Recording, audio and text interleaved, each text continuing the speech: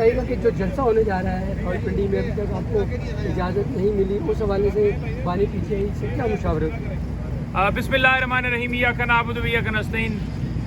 ابھی ہم اڈیالہ جیل کے باہر کھڑے ہیں اور آج مختلف چیزیں ڈسکس ہوئی ہیں خان صاحب کے ساتھ، مختلف باتیں ہوئی ہیں، جلسے کے حوالے سے بات ہوئی ہے، کیس جو ہے وہ بھی چل رہا ہے، اس پہ بھی تفصیلات دی جائیں گی، اور اس کے بعد جو اسٹیبلشمنٹ سے مذاکرات کے حوالے سے بھی جو ہے وہ بھی بات ہوئی ہے کہ اس کے اوپر خان صاحب کا کیا موقف ہے، اور اس کے ساتھ ساتھ جو ہے وہ ہمارا اگلے پروٹیسٹ کون سے ہیں، کہاں پر ہیں، اور جو آج وہ رات کو ایک قاضی صاحب کے حوالے سے ایک ویڈیو بھی چل رہی تھی تو اس پہ بھی بات ہوئی ہے، اور اس کے ساتھ ساتھ جو اس وقت ترمیم اور یہ سارا کیا جا رہی ہے، ساری باتیں میں ساری سامنے آپ کے رکھوں گا، شارٹ کر کے آپ کو بتاؤں گا۔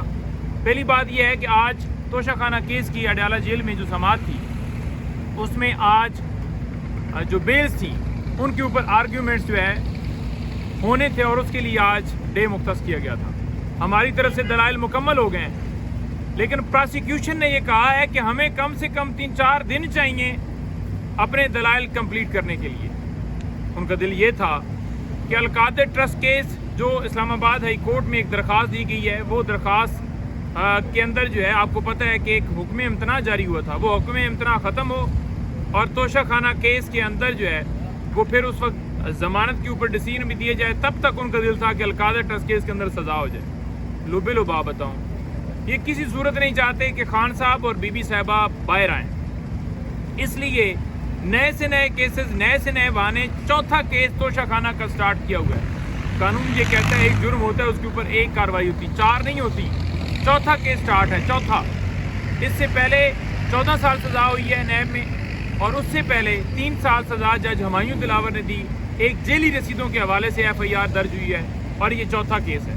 تو لہذا کیسز جاری ہیں، لیکن خان صاحب کا حوصلہ، ہمت جو ہے وہ نہیں ٹوٹی۔ خان صاحب نے آج میڈیا سے بات کرتے ہوئے یہ کہا کہ یہ جس سیل کے اندر رکھا گیا بہت زیادہ گرمی تھی، کیونکہ اب تو موسم آج کافی چینج ہے اور آگے چینج ہونے والا ہے۔ انہوں نے کہا کہ بہت زیادہ گرمی تھی، لیکن ان کو یہ لگ رہا تھا کہ ایسے سیل کے اندر رکھیں گے جہاں پر گرمی، جہاں پر بجلی بھی بند کی جائے گی، گھٹن والا ماحول ہوگا، اور عمران خان کہیں وہاں پر تنگ ہو جائیں گے۔ تو انہوں نے کہا کہ جب کوئی بھی کھلاڑی، جب میں کھلاڑی کرکٹ کھیلتا تھا تو اس وقت ہماری جو ٹریننگ ہوتی تھی وہ اتنی ہارڈ ہوتی تھی کہ ایک پورا وہ جنگجو والا ماحول جو ہے نا وہ ہوتا تھا۔ تو انہوں نے کہا کہ میری تو ٹریننگ پہلے ہی یہ سختیاں اور یہ ساری چیزیں، میری تو باڈی جو ہے وہ اس میں ایڈجسٹ ہے، تو لہٰذا ان کو بھول تھی کہ عمران خان کی جیل میں جائے گا تو گھنٹہ بھی نہیں رہے گا۔ انہوں نے کہا کہ قربانی دینی پڑتی ہے، قربانی دینی پڑتی ہے، کوئی بھی قوم بغیر قربانی کی آزادی حاصل نہیں کر سکتی۔ تو میں ملک کی خاطر، قوم کی خاطر ہر طرح کی قربانی دوں گا، جتنی مرضی ہے سزائیں دے لیں، کوئی جو ہے وہ آپ کو موت نہیں دے سکتا، کیونکہ زندگی اور موت کا فیصلہ جو ہے وہ اللہ تعالیٰ کے ہاتھ میں ہے، کسی جج کے ہاتھ میں نہیں ہے، یا کسی اور شخص کے ہاتھ میں نہیں ہے، کسی طاقتور کے ہاتھ میں نہیں ہے، اس کا فیصلہ اللہ تعالیٰ کی ذات کرتی ہے۔ انہوں نے کہا کہ 200 سے زیادہ کیسز جو ہیں وہ مجھ پر بنائے گئے، لیکن سارے ہی جتنے کیسز ہیں ہر کیس سے ہوا نکل رہی ہے۔ اب انہوں نے کہا کہ جو کیس بنتا ہے اس کے اوپر آپ دیکھ لیں کہ سزائیں کیسے، آج کوئی سزا باقی رہ گئی ہے، عمران خان کے اوپر ابھی اس وقت کوئی سزا پینڈنگ نہیں ہے۔ انہوں نے کہا کہ میں اپنی غیرت خود مختاری پر کھڑا ہوں، اور دوسری طرف ڈیل کے ذریعے سزائیں ختم کرائی گئی ہیں۔ یہ توشہ خانہ کا کیس ادھر بنایا گیا جہاں پر قیمت بھی ادا کی گئی، جہاں پر سزا بھی ہو چکی ہے جھوٹے کیس میں، لیکن وہی گواہ، وہی اپروور، وہی سارا کچھ لا کر دوبارہ ایک کیس کھڑا کیا گیا۔ توشہ خانہ گاڑیاں جو لی نہیں جا سکتی توشہ خانہ سے، زرداری نے، نواز شریف نے وہاں سے گاڑی لی، آج خان صاحب نے وہ بھی ذکر کیا، تو ان کو کلین چٹ دے دی گئی ہے۔ لندن فلیٹس جو ہیں ان کی رسیدیں کہاں ہیں؟ آج بھی قوم کو حساب نہیں دیا گیا سوائے ڈیل کے راستے کے، اور جو امپائرز تھے سارے ان کو آج ایکسٹینشن دینے کے لیے یہ ساری نیب کی ترمیم کی سپریم کورٹ میں جو آئین کی ترمیم کی جا رہی ہے۔ وہ 3 امپائرز جن کا کل بھی خان صاحب نے ذکر کیا، آج بھی ذکر کیا، انہوں نے کہا کہ 2، ایک قاضی صاحب اور ایک چیف الیکشن کمشنر، کہ یہ دونوں اوپنر ہیں، اور ان کو ایکسٹینشن اس لیے دی جا رہی ہے، یا تیسرے کو جو ٹیم کا کپتان ہے، کہ جو 8 فروری کو ڈاکہ ڈالا گیا وہ نہ کھلے،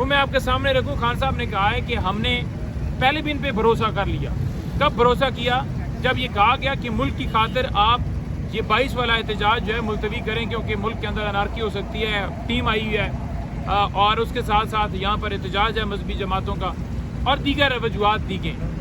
تو انہوں نے کہا کہ ملک کی خاطر ہم نے پروٹیسٹ جو ہے وہ جو ہمارا جلسہ تھا اس کو اس وقت ملتوی کیا. لیکن انہوں نے کہا کہ انہوں نے ہمیں دھوکہ دیا تو لہٰذا ہمیں ان سے کوئی امید نہیں ہے کہ یہ ان کے ساتھ جو ہے ہمارا ٹرسٹ ڈیولپ ہو سکے. تو ہماری کوئی بات چیت نہیں ہے اور کوئی ان کے ساتھ ہمارا جو ہے وہ اس حوالے سے کوئی دروازہ نہیں کھولا.